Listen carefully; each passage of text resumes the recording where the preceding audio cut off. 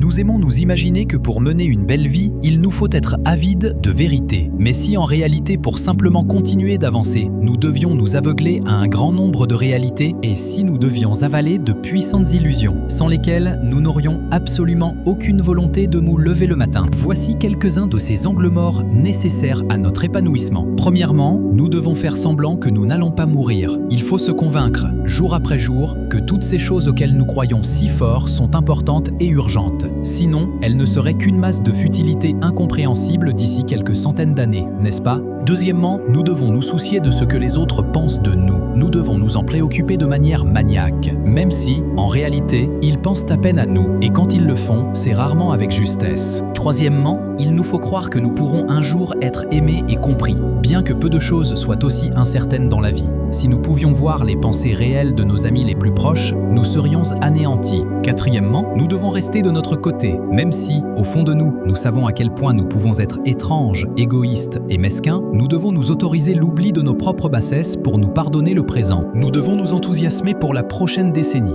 même si chaque nouveau jour n'est souvent qu'un 6 ou moins sur 10, juste assez pour tenir. Ne nous faisons pas d'illusions, nous ne voulons pas connaître toute la vérité. Nous n'en avons besoin que d'une fraction, juste assez pour nous tirer du lit. Ceux qui savent le mieux savourer la vie sont ironiquement ceux qui sont les maîtres dans l'art de se mentir, de manière fertile,